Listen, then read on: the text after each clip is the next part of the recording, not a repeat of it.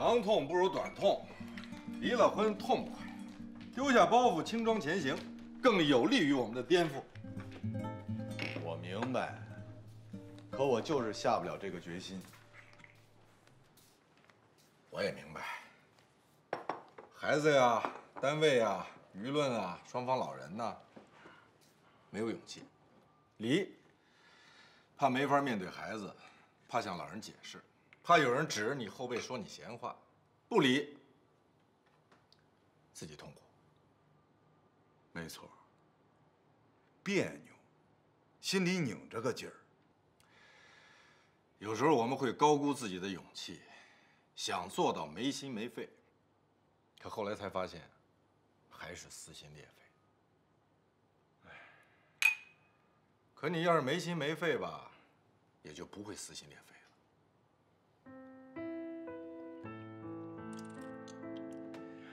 问题就是我的内脏很齐全。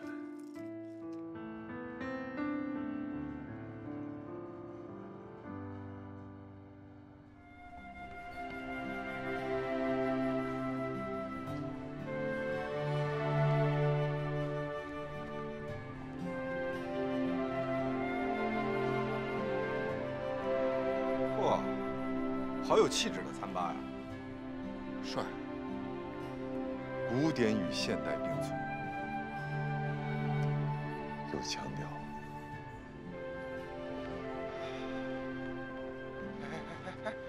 江小美，哟，江导，天哪，蓝白二位先生可真够巧的。是巧。哎，给你们介绍一下，这是我的好朋友欧小欧呀。他们呢是我带旅行团的客人，白志勇先生，蓝天瑜先生。你好。啊，久闻大名，听小美姐提起过你俩醉鬼啊，精神状态很不健康啊，把我们小美姐带的团儿搅得那是一个乱七八糟。不过形象嘛，还不错啊，都挺帅的。我以为你们俩得是那种尖嘴猴腮、獐头鼠目类的呢。这姑娘挺二的哈。是挺二的，不过还行，没说我们人模狗样。钱小伟，在背后讽刺人，属于道德品质问题啊。哎，蓝老师，你好像瘦了吧？是不是从阿德莱德回来之后就一直在外面疯玩呢？贯彻你们那个颠覆过去、丰富现在的行动理念。当然了，已然开始行动，轰轰烈烈，丰富多彩，万千风情，喜气洋洋啊！真的开始了，佩服。成果怎么样？成果显赫啊，当然，也是艰难曲折的。看你们这两张筋疲力尽、风尘仆仆的脸，哎，还残留苦大仇深的痕迹，这肯定是曲折的呀。喝点什么呀？酒啊。哟，这毛病没颠覆。什么酒？都行。对，我们好伺候，什么酒都行。坐。这就是酒鬼的最高境界。早知道给你们预备点医用酒精了。哎，我说姑娘，你跟江小美真不愧是好朋友，这嘴一直都这么损吗？惺惺相惜，志同道合呗。哎，这是什么情况？哟，怎么回事啊？这是自助餐吧？小美是这家餐吧的大股东，导游只是兼职。大股东就是老板啊？女资本家呀。江小美，可以呀，这么低调。梁老师，今天多喝点啊，别考虑预算。江小美请客。合适吗？太合适了。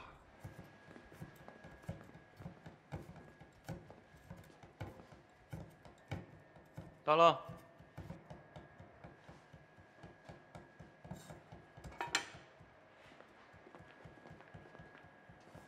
师傅，怎么了？欺负谁了？给打成这样？我敢欺负谁呀？我爸不开了个餐厅吗？对面嫌我们抢他家生意，天天捣乱，说菜里有些苍蝇之类的那些俗招。升级了。昨天把我们家玻璃给砸了，今天早上我去找他们评理，嚷起来就被打了。光鲜亮丽，神采奕奕，穿着时髦，高级白领。像，哎，三无人员，无钱无业无房。哟，可以呀，姑娘。对，像你这样的年龄、形象、气质，可以无业，有业多累呀。我明白了，怪不得你也是无业游民呢，因为你自认为自己长得也挺这样的。哎，你看这兰老师，长得也还算挺这样的，不还在兢兢业业的工作吗？谢谢夸奖。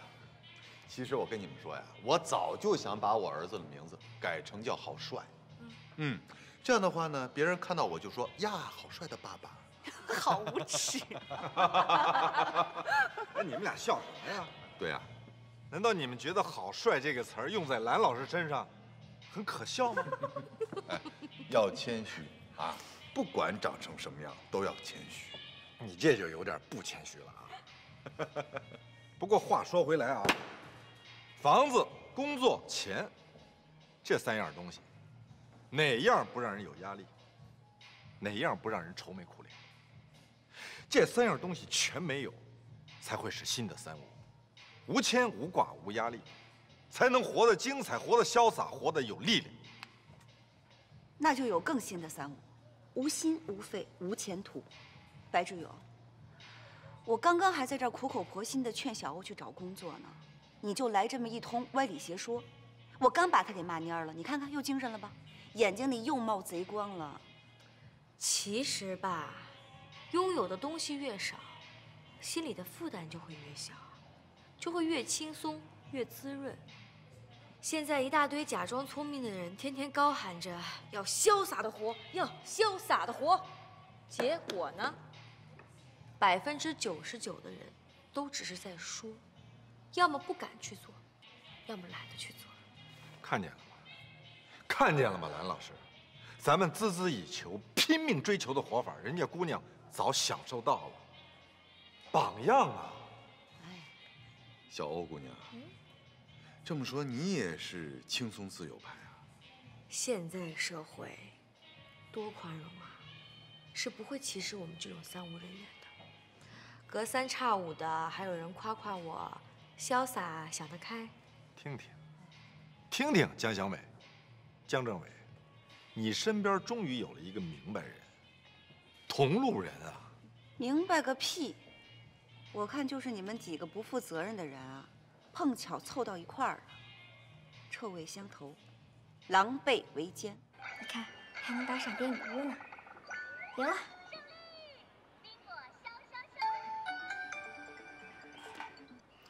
老白，出来吃饭吧，我和老兰在一块儿呢，还有俩美女。不去了，今天在家吃，媳妇儿已经做饭了。哦，行吧，那先这么着吧，再说吧。哎，变脸。哎，老白又约我出去。去呗，去吧。不去。妈，不能让爸去，有危险。怎么了？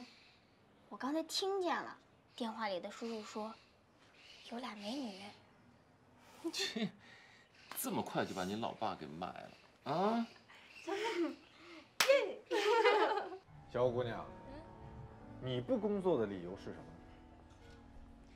图个自由自在，舒服，等钱花没了再去找工作呗，多大点事儿啊！佩服。他吃在我那儿，住在我那儿，他当然花不了什么钱了。朋友嘛。当然了，最近我也总在白志勇那儿蹭吃蹭喝，毕竟白志勇是一个高白呀。高白，高级白领啊。白志勇毕竟是一个曾经的高白，江小美毕竟是一个老板，我是一个穷教书的，你是一个下岗的小白领。所以说咱们花他们的钱，一定要心安理得，尽心尽力。没错。要那么多钱干什么呀？钱能买得来房子，但买不来家。就像我，活生生的例子。有的家庭，几根面条就能撑起热腾腾的日子；有的家庭一堆存款，反而把日子折腾得七颠八倒。总结的精辟。狗屁！欧小欧，你可别听他们在这煽动啊！女孩子存点钱是为了尊严。我妈以前就总说，女孩子一定要富着养，不能穷着养，否则一块蛋糕、一件衣服就能把你哄跑了，没了骨气。行，小美，我还真不同意你妈的说法，或者说你没文化，曲解了你妈的意思。女孩富养，这个富，不是指钱的层面，而是指精神的层面，见识、修养、世面。没钱就没骨气了。没钱就没尊严了吗？我没文化。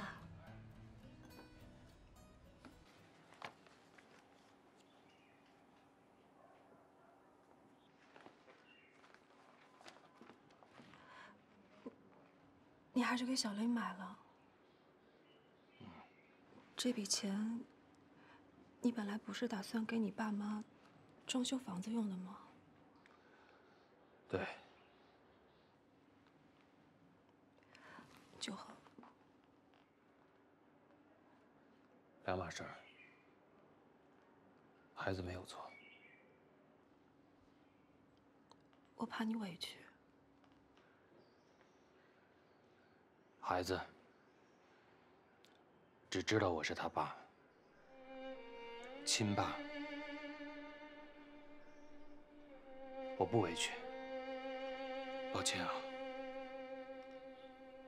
多给我点时间。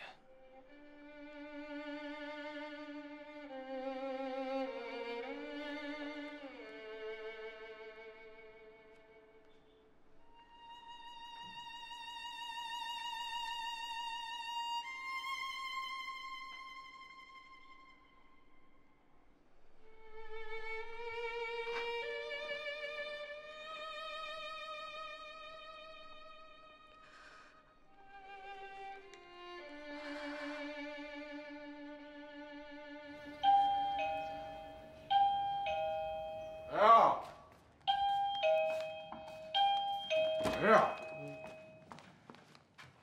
哟，这么晚了，刚起床，又熬夜了吧？熬夜是因为没有勇气结束这一天，不起床是因为没有勇气开始这一天。为你的臭毛病找借口，一直是你的毛病。我看你啊，是改不了了。干嘛呀？大包小提溜的，有什么事儿求我？是不是东西又忘了？给我打个电话，我给你送过去。反正我现在无业游民，有大把的时间。这东西是我爸让我给你送过来的。我也不知道怎么了，你这么混蛋的一个人，居然能把老爷子糊弄得这么喜欢你，都离了婚了，还非得让我把东西送给你。那是因为老爷子的眼睛是雪亮的，他看出来了我是受了委屈的人，知道他女儿欺负了我，心疼我。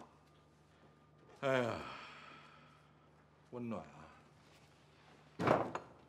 哎，这个忘了拿走了。女人的命居然能忘，拿走。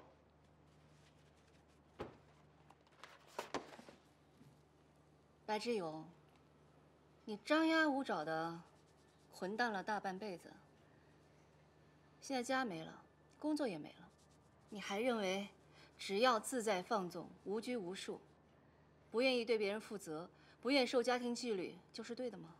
对，我就认为无拘无束是最重要的。我不想玩的开心的时候，还老得看表，考虑是不是该回家了。我不愿意皱皱巴巴的跟在那个老板屁股后头，对那些傻帽客户点头哈腰。我过够了那种看别人脸色的日子。我不愿意忍气吞声，小心翼翼的过一辈子，这有错吗？忍气吞声都出来了。看样子我跟你离婚是万分正确的选择，要不然还不得委屈死你啊！我也想通了，我离得好，离得妙，离着心里头哈哈笑。你不能这样下去了，你改改你的自以为是，改改你对女人的态度。除非你后半生不再找工作，不再交女朋友，不再结婚。我改个屁！我为什么要改？我凭什么改啊？姐，我告诉你，你已经跟我离了婚了，你没有资格要求我，我就不改，我这辈子都不改，永远不改。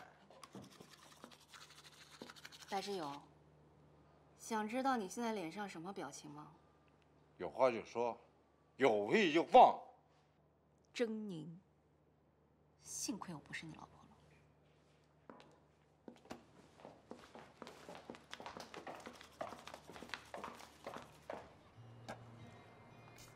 江老板，上酒。蓝老师，哎，你还真颠覆了啊！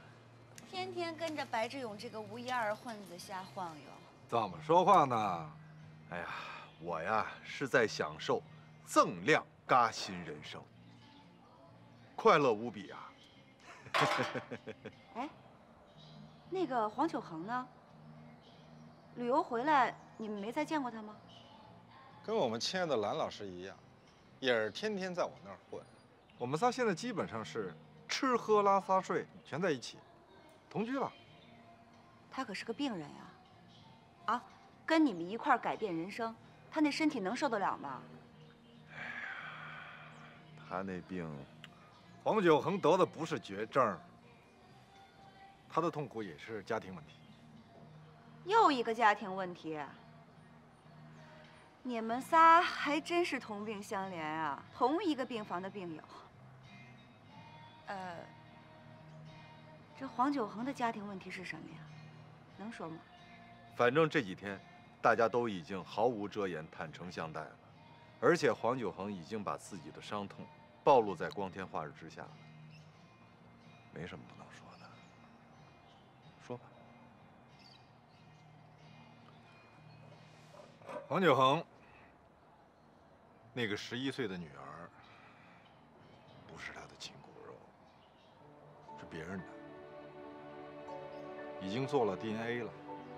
他说，他老婆也是刚刚知道，是一次意外遭遇，他老婆也是受害者。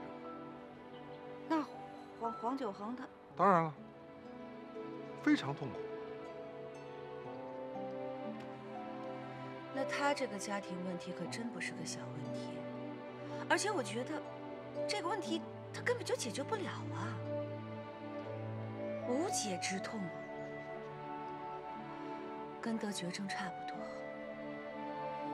而且吧，他那个人呢，又不跟白志勇似的，有点什么事儿爱叨叨，能释法，也不像我，选择倾诉，寻找行动。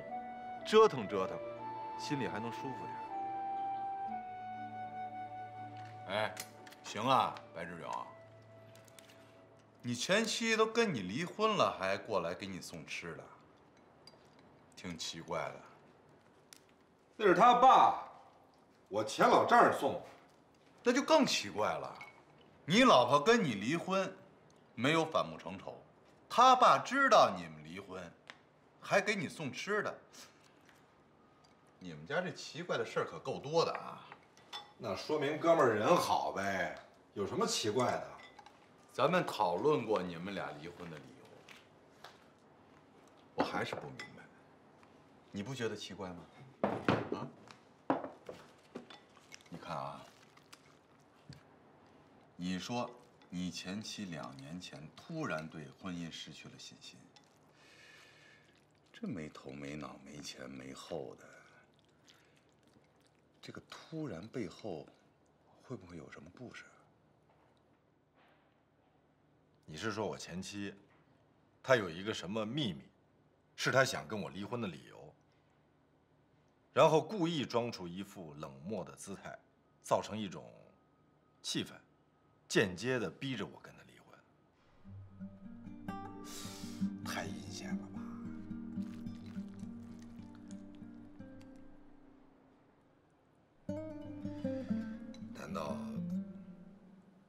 和晴雅之间真的有一个我不知道的故事？男人？不知道。吃面。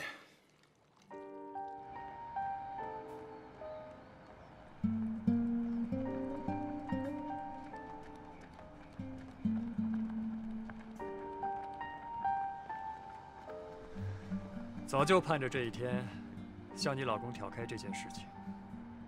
这样，我们就不再会有心理压力，会不再紧张，会更加亲密。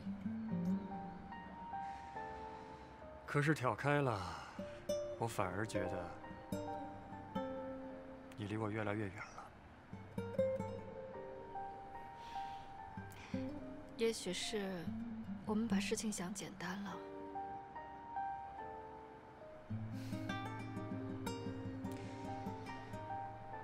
我会坚持的。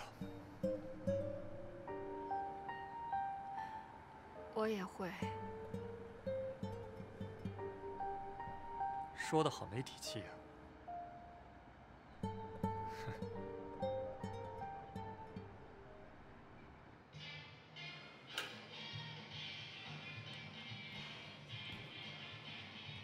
小华，怎么了？你们这是什么情况啊？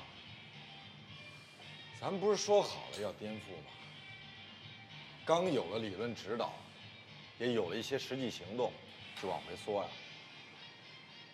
这要复辟啊？是什么事啊？哎，你听见我在说什么？不知道。走神了。行了，老蓝，别绷着了，回去跟你老婆好好聊聊吧。你今天一天都在走神。我不跟他聊，见到他我别扭难受，气得我肝儿疼。你不是一直口很正，嘴很硬，说你心地善良，能理解你老婆的行为吗？怎么就不能聊了？我老婆当着我的面跟我说喜欢上别人了，不喜欢我了，这不就等于她拿嘴巴啪啪啪啪抽我脸吗？这是什么呀？耻辱啊！谁能这么快就心安理得呀？谁能这么快就超脱呀？那就更不能回避了，必须以毒攻毒，脱胎换骨，这不是你说的吗？现在只有这种办法，只能勇敢地去面对这血淋淋的现实，揭开这已经腐烂的伤口，该消炎消炎，该缝针缝针，再好不了，只能手起刀落。这样你的伤口才能尽快的好起来，才能真正找到自己快乐活下去的勇气和方向。怎么又叹气呀？我不怕天不怕地，就怕你蓝天鱼叹气。你们俩到底怎么了？能不这么无精打采吗？白带忽悠。问题是，真没什么事能让我们俩有精打采、欢天喜地。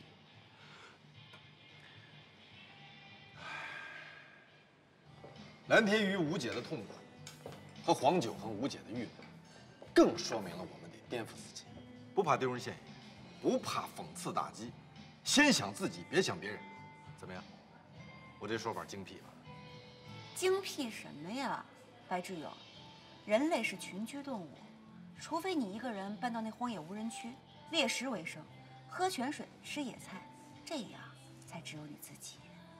江美啊，你年纪也不大，怎么像个裹着小脚、脸上长着颗大黑痣的地主婆啊？鱼头鱼脑的，你绝对应该被尘封进历史里。我鱼头鱼脑也比你这种抖机灵、缩头缩脑的强，假装明白，实则混乱。人活着是应该考虑别人的感受，可是尊重自己也是一种责任吧？你有亲人，有家庭，上有老下有小，你以为你是石头缝里蹦出来的孙悟空啊？这人只要在地球上喘着气，必然要有责任和义务。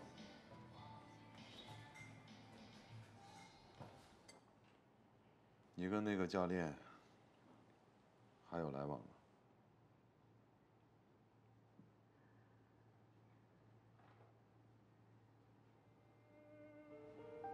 心里觉得这么别扭，那咱们就痛痛快快的把婚离了吧。动不动就拿离婚来威胁我，就好像我拽着你不想离婚似的，就好像我多爱你似的，离就离呗。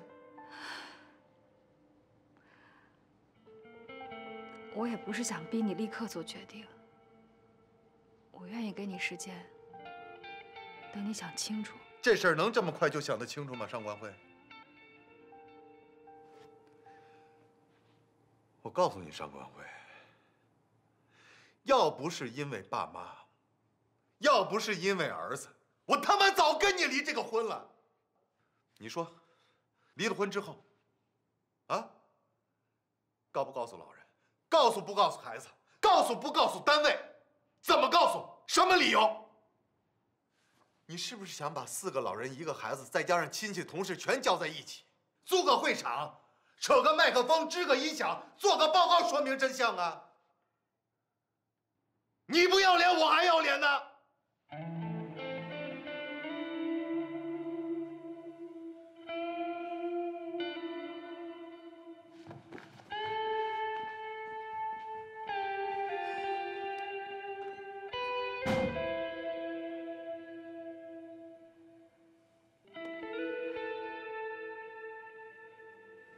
我表扬你、夸你，那是因为我们是一类人，都是轻松自由派。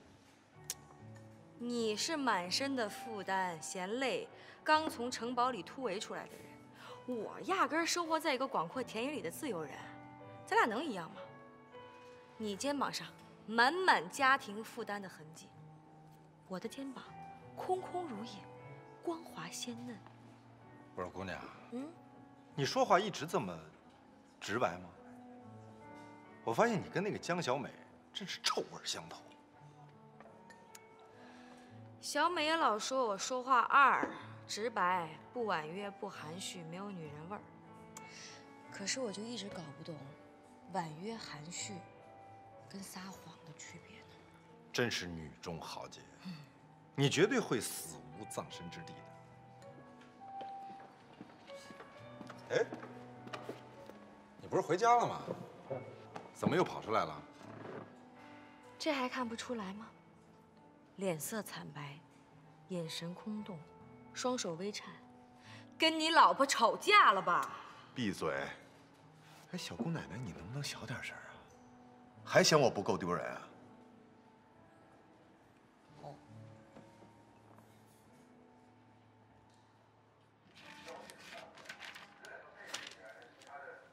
你会不会嫌吵啊？嫌吵的话，我把电视关了。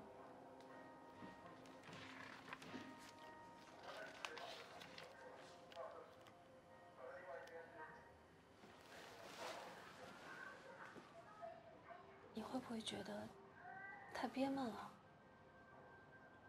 要不然，你找朋友出去玩吧。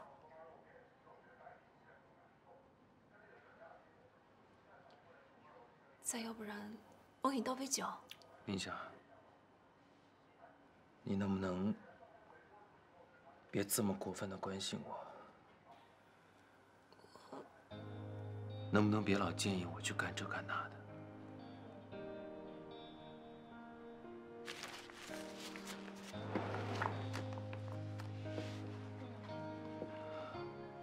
我告诉你，林夏，你越这样，越等于是在提醒我，王小恒，你很惨，你很笨，你很窝囊，你就是个傻帽。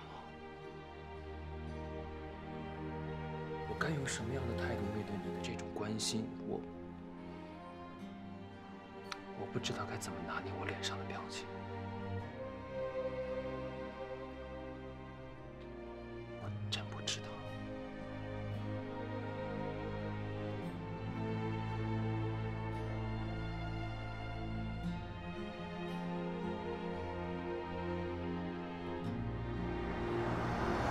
我想着冷静冷静，控制控制，可是他一提离婚的事儿，我这火噌的一下就顶到脑门，绝对冷静不了，绝对控制不了，愤怒满怀。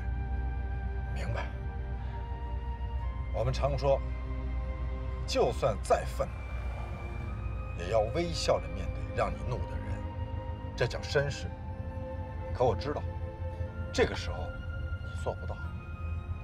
那种颜色的帽子都给你戴上了，该骂，骂两句就骂两句吧。树绿得快，草绿得快，都没有人绿得快。我觉得我现在啊，浑身上下都是绿油油的。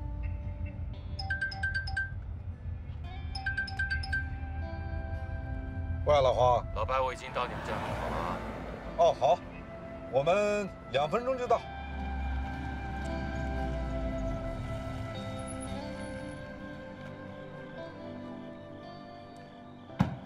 3人聚齐，今天晚上必须喝点儿，没有女性不怕蓝老师拉手。对，我跟老白刚聊到绿的话题，咱们2个绿色人士好好交流一下。你绿得快，我绿得长，绿毛龟。对不住啊，我不该笑的，但是你们俩太逗了，我实在憋不住，对不住。既然你老婆和那个教练说要分开，冷静冷静，那就说明他们的感情没那么牢。也许你老婆已经后悔了，你们俩还有和好的可能。反正你那个颠覆和反过来活的行动也老出现反复犹豫，离婚你又没那个胆量，所以和你老婆接着过，不失为是一种方案，可以考虑。只要你能原谅你老婆，只要你能真的不在乎你老婆这种精神出轨的行为。可我还是在乎。让我假装什么事情都没有发生，让我假装在心里头原谅我老婆，这绝不可能。绷一段时间再说吧。哦，对了，老白，我老婆从娘家搬回来了，我可能还得隔3差5的住在你这儿。没问题，我给你把钥匙，敞开大门迎接我落难的兄弟，是我义不容辞的责任。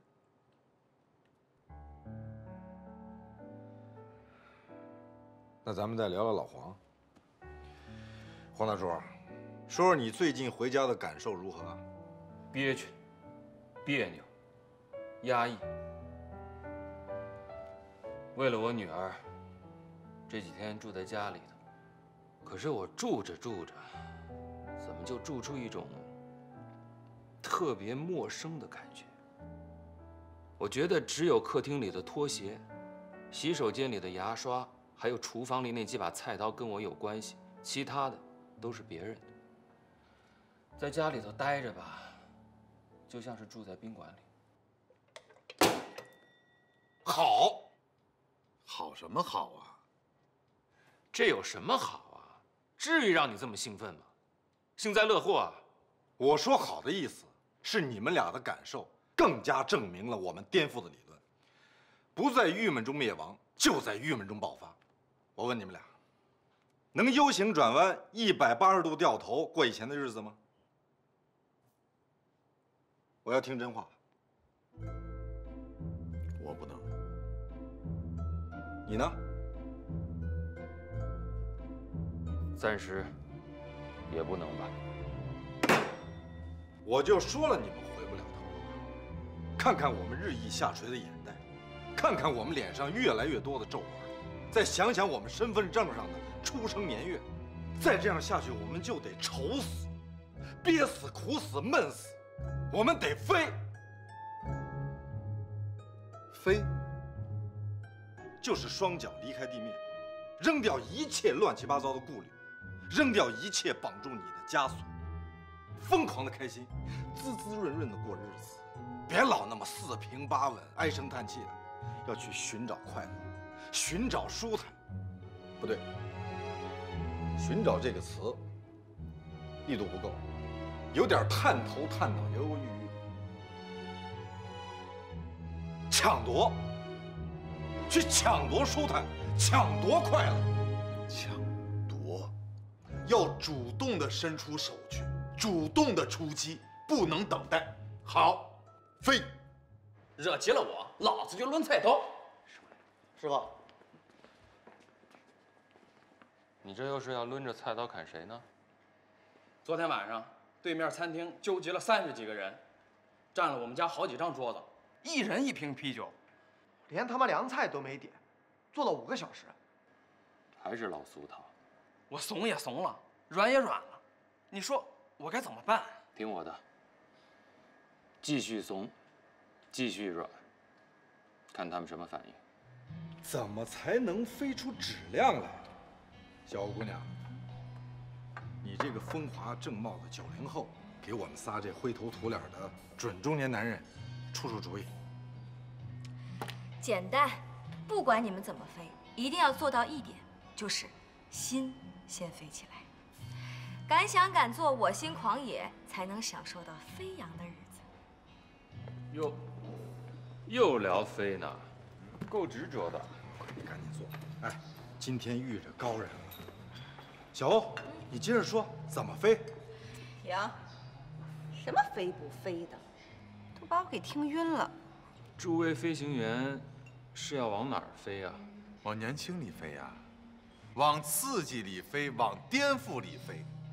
鸟儿虽小，可玩的是整个天空，值啊！没错，这次飞行的目的是为了惩前毖后、治病救人，所以我们这个飞是正面的、积极的、昂扬的，是主旋律的。我怎么听这话的意思，还是有点不靠谱啊？飞我不反对，为了治你们的心病，可为什么非得用什么颠覆啊、刺激啊、疯狂之类的词儿呢？为什么就不能踏踏实实、双脚踩在地面上超越呢？江小美是个古典派，她地面上超越的意思就是心理医生啊，自我调节呀，找朋友倾诉啊，跟你的家人朋友促膝长谈之类的。老黄，你别乱点头，俗，太俗了。我就点个头，怎么就俗了？我说江小美俗，江小美，我们现在需要的不是你这种知心大姐式的理论指导，我们需要的是具体的、实实在在的飞扬的行为。你怎么就不能支持我们一下呢？你为什么老扯我们后腿呢？你怎么这么古老呢？我非常理解3位苦难先生的想法。2位半。这位苦难先生还没想明白呢。我知道你们想飞的目的是为了快乐，快乐的活着，这个太重要了。快乐这个理由太重要了，我坚决不能反对。等等，小姑娘，你能不能把这个快乐改成舒坦？有什么区别吗？当然有区别啊！一个大男人在这抠字眼儿，矫情不矫情？你看啊，老说什么快乐呀，觉得特别装，特虚伪，特崇高人生那种。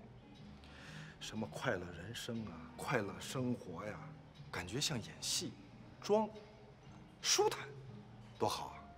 实在质朴，在地面上的感觉。哎，以后咱说好啊，咱不说快乐，咱就说舒坦，舒坦。哎，这2天我怎么老能喷出这么好的词儿来呢？啊，昨天是抢夺，今天是舒坦，抢夺舒坦，漂亮。怎么了？不就一点口水吗？嫌我脏啊？没，抹匀。老白，我觉得你说的对，舒坦，更质朴，更准确，是自己的感受。喝酒。哎，你说你设计了半天还是来夜店，一点儿都不吵。我15年前就玩的是这一套，你知道吗？别废话，是不是输了？喝酒。喝。我跟你说呀，小妹妹，我就是想飞，就是想飞，飞扬的生活，双脚离地，俯瞰大地，无忧无虑。哎，大哥，飞还不容易啊，我就飞过呀。那我也想飞啊！老来啊！